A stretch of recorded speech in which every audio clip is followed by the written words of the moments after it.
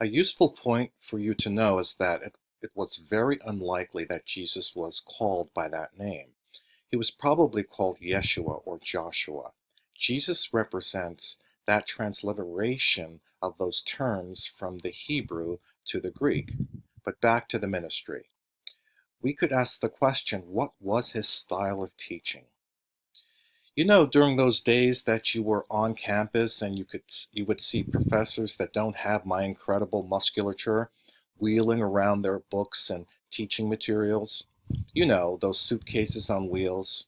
I bet Jesus had one of those, and he would wheel around a Torah scroll with some Talmud materials. He would stop before a crowd and start speaking to his crowd in a very sophisticated way, speaking in perfect Hebrew. He would also do that fancy pill pull I talked about. You know, that Jewish style stuff, like he was in a yeshiva. The crowds would be amazed by the fancy intellectual and legalistic style. Okay, I know some of you are thinking, there the old man is at it again. He's goading us. He's pulling our legs. Well, young ones, it is very unlikely that Jesus spoke Hebrew to his followers.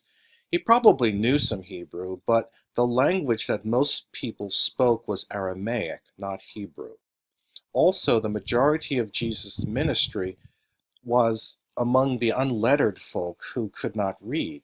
So Jesus was not giving fancy lectures, but he often spoke in parables, stories that used imagery that the country folk could understand, with deep underlying truths.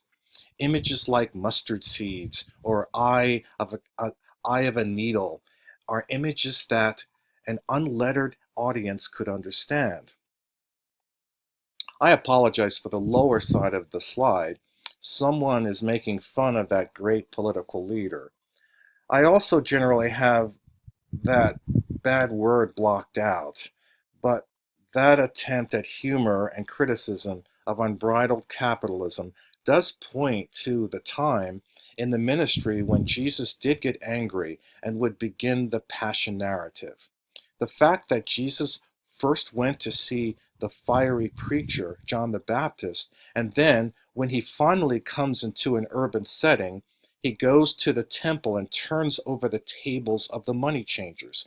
Might this suggest that Jesus might have been revolutionary?